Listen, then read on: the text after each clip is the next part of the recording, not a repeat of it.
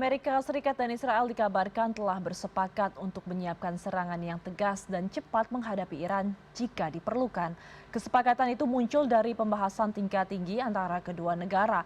Lantas bagaimana dampaknya secara global jika AS Israel benar-benar menyerang Iran? Kita akan bahas bersama pengamat hubungan internasional Universitas Indonesia, Sofwan Albana. Assalamualaikum, selamat malam Pak Sofwan, apa kabar? Waalaikumsalam, selamat malam Mbak Ayu.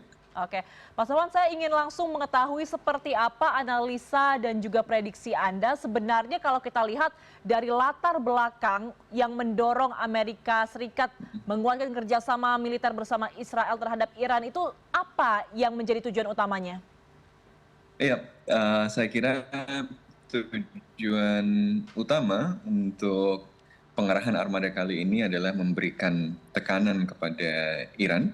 Apakah ini kemudian nanti akan menjadi invasi militer penuh, kita juga masih terus memantau, tapi ini adalah situasi di mana Amerika Serikat itu meningkatkan tekanan kepada Iran setelah awal Januari lalu. Sebenarnya juga seiring dengan banyaknya aksi di dalam Iran yang sekarang telah berhasil diturunkan oleh pemerintah Iran itu, dulu juga memberikan ancaman kepada Iran, tapi ternyata ada gap kapasitas. Jadi Amerika Serikat waktu itu merasa bahwa kapasitas militernya di kawasan belum siap untuk melakukan serangan yang besar, sehingga sekarang kemudian dengan cepat dia memobilisasi aset-aset militernya, termasuk ini menempatkan USS Abraham Lincoln ya, yang ini penempatan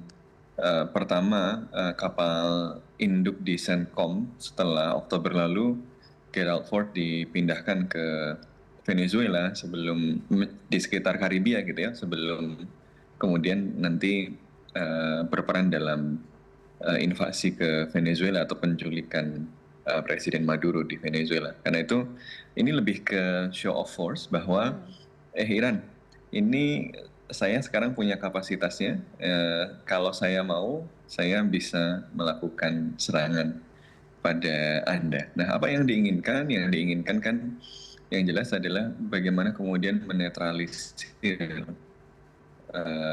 kapasitas Iran untuk menjadi ancaman bagi kepentingan. Sebagaimana kita ketahui, Iran memiliki luas pengaruh yang besar dengan milisi-milisi yang dulu dikenal sebagai Axis of Resistance ya, Hezbollah, kemudian Houthi di Yaman, yang ketika terjadi genosida Gaza itu kemudian menjadi kekuatan yang membuka beragam front bagi Israel dan Amerika Serikat ya, termasuk Houthi dengan biaya yang sangat murah itu berhasil mengalihkan jalur perdagangan dunia gitu ya, dengan mengontrol choke points yang ada di Laut Merah.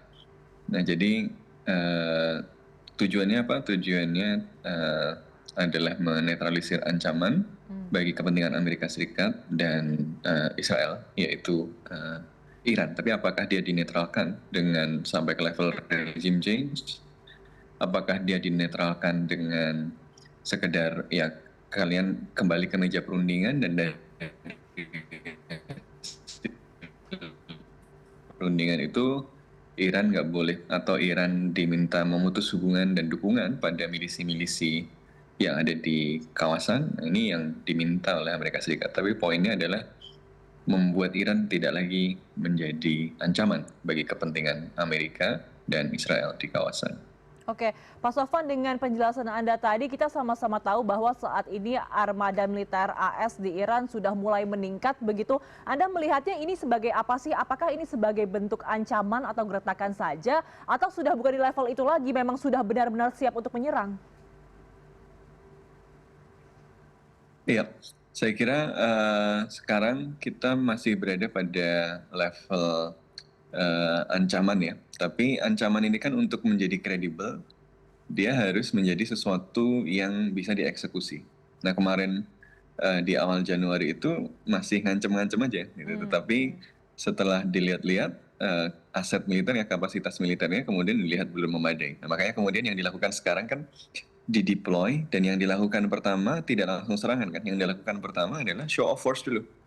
Yang dilakukan adalah melakukan latihan militer untuk menunjukkan kapasitas ya di kawasan itu, yang kemudian diharapkan dari situ Iran kemudian mengikuti apa yang diinginkan oleh Amerika Serikat. Apa? Ya tadi, dia mengamputasi sendiri kapasitas dia untuk menjadi kekuatan yang dapat mengganggu kepentingan Amerika Serikat. Tapi ini kan jelas sesuatu yang tidak bisa diterima. Jadi ini kayak kalau kalau game theory ini namanya chicken game kan. Siapa yang mundur duluan itu yang kalah. Ini kayak kalau di film-film kan orang naik mobil berhadap-hadapan, nah itu yang minggir duluan itu yang kalah. Tapi kalau kemudian dua-duanya ngotot, itu jadi tabrakan dan jadi bencana yang luar biasa besar. Nah ini Amerika Serikat sedang mengancam dan menunjukkan bahwa opsi untuk menyerang itu terbuka dan kapasitasnya itu memadai. Nah ini sekarang kemudian tergantung Irannya, apakah Irannya akan chickening out dan kemudian mengikuti yang diinginkan oleh Amerika Serikat, atau ya dia maju dan tidak mau mundur, dan justru kemudian dia melihat, wah ya kalau kemudian mundur sekarang malah nanti akan tambah ditekan bahkan sampai ke level regime change. Kalau dia sudah melihat bahwa Amerika Serikat ini akan kemudian menekan sampai ke regime change, dia mungkin sudah sampai pada level existential threat, dia akan menggunakan semua aset yang dia punya. Maka kalau kita lihat bulan Juni kemarin itu kan dua-duanya masih sama-sama terkontrol, Mbak. Bulan Juni kemarin yang perang 12 hari, itu kan Amerika Serikat cuma ngebom tempat pengolahan nuklir ya di Isfahan, Natanz gitu ya.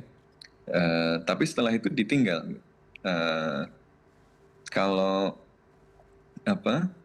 Iran sendiri waktu itu juga membalas hanya dengan menyerang basis militer Amerika Serikat di LOD kan, dengan sangat terbatas, bahkan sudah diinformasikan dulu. Nah ini eskalasinya sudah lebih meningkat dari itu, gitu ya.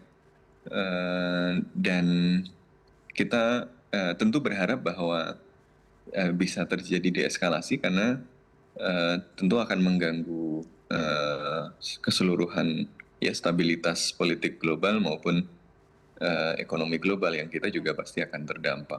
Oke, Pak Sofwan, kalau saat ini kita melihat banyak negara yang mengantisipasi serangan AS Israel terhadap Iran, kalau kita melihat ke masa depan, jika memang nanti serangan itu terjadi, bagaimana kemudian kemungkinan serangan AS Israel ini terhadap Iran akan mempengaruhi kestabilan kawasan, terutama di Timur Tengah dan juga secara internasional begitu? Iya, yang jelas Timur Tengah adalah kawasan yang sangat strategis. Dia adalah salah satu tempat penghasil minyak sekaligus jalur energi, jalur minyak, dan juga jalur perdagangan yang penting. Ya, Laut Merah, kemudian Bab el Mandeb, Teluk Aden, kemudian Teluk Persia. Ini adalah kawasan perdagangan yang sangat vital bagi ekonomi global ya, karena dia menjadi jalur energi. Kalau misalnya perang terjadi gitu ya, dan Iran kemudian melihat bahwa ini perang yang sifatnya eksistensial, maka Iran bisa memilih untuk menggunakan seluruh asetnya yang dulu tidak digunakan. Jadi pas perang 12 Juni itu kan Iran tidak menggunakan seluruh asetnya. Kenapa? Karena dia berharap bahwa Amerika Serikat juga mengontrol diri. Jadi Amerika Serikat ngebom, Iran balas ngebom untuk kemudian menyelamatkan mukanya di depan publik domestik untuk legitimasi. Dua-duanya kemudian mundur dengan sama-sama mengklaim kemenangan. Iran mengklaim kemenangan, Amerika Serikat mengklaim kemenangan, kemudian konfliknya selesai. Tapi kalau kemudian perangnya kali ini benar-benar terjadi, ya dua-duanya akan berada di dalam kondisi yang sulit ya. Kita harus ingat Iran itu luas wilayahnya besar, jumlah penduduknya paling besar. Ketika Amerika Serikat menginvasi Irak tahun 2003 itu jumlah penduduknya itu cuma seperempatnya Iran hari ini gitu. Jadi ini besar sekali.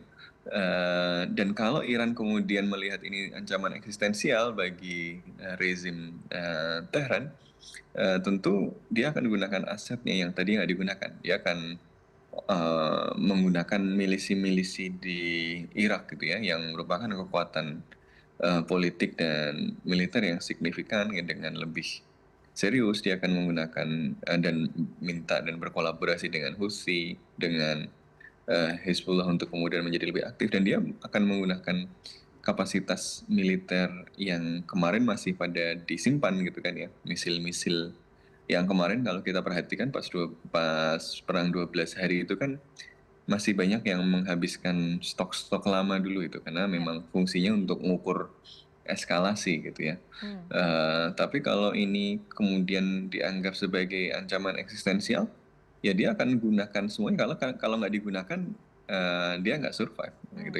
Jadi kalau sudah sampai level itu, ini akan jadi perang besar. Hormuz bisa ditutup, dan itu akan berdampak pada kondisi ekonomi global gitu ya. Supply minyak akan terganggu, jalur perdagangan terganggu. Milisi Houthi yang cuma menutup dengan drone kecil saja, itu angka perdagangan ya, angka kontainer kargo ya, perdagangan yang lewat terusan Suez dan Laut Merah saja turun sampai 50-70%, lebih dari separuh pindah lewat kemudian ke Afrika ya, harus muter jauh, dan itu menaikkan angka logistik jauh lebih tinggi, barang-barang lebih mahal, lebih lama, ekonomi global juga tentu akan makin sulit ya. Ditambah lagi kalau kemudian Iran tidak hanya menyerang Amerika Serikat atau Israel, gitu, tapi juga sekutu-sekutunya di kawasan.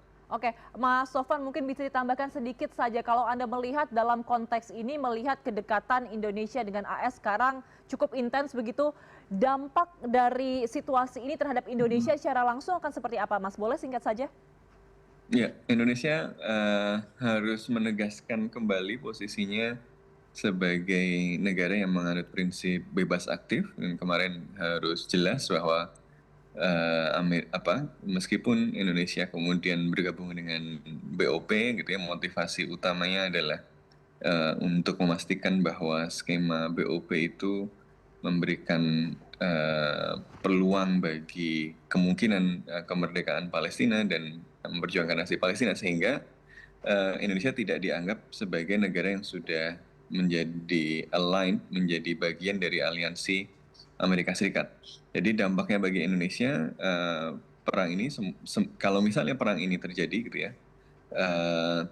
tentu dampak yang pertama adalah dampak tidak langsung, ya tadi instabilitas global dan instabilitas ekonomi. Sementara kondisi ekonomi kita juga lagi nggak ideal-ideal banget ya. Ini kan tadi kita lihat Morgan Stanley baru nge-freeze saham-saham kita. Kemudian ya ada banyak kondisi instabilitas ekonomi yang kita itu sangat rentan sekali. Belum ada perang aja kita sudah rentan gitu. Kalau kawasan yang sangat strategis ini kemudian mengalami perang gitu ya, kita juga akan sangat terdampak. Yang dampak pertama tentu adalah ekonomi. Dampak yang kedua, ya kalau kita dipersepsikan sebagai bagian dari aliansi Amerika Serikat, tapi semoga tidak demikian karena kita masih punya hubungan baik juga dengan Iran, kita bisa jadi sasaran juga. Karena itu Indonesia harus clear, menunjukkan sikap, mendorong supaya tidak terjadi perang, mumpung Pak Prabowo misalnya dekat dengan Trump, itu mungkin bisa diingatkan gitu ya, karena perang juga akan merugikan Amerika Serikat sendiri. Baik, Indonesia harus berhati-hati untuk mengambil langkah, berhati-hati ambil posisi, jangan sampai merugikan nanti kembali perekonomian Indonesia yang kembali turun begitu. Terima kasih atas informasi dan juga analisanya pengamat hubungan internasional Universitas Indonesia, Pak Sofwan Albana. Selamat malam, Pak Sofwan, sehat selalu. Assalamualaikum. Selamat malam. Salam.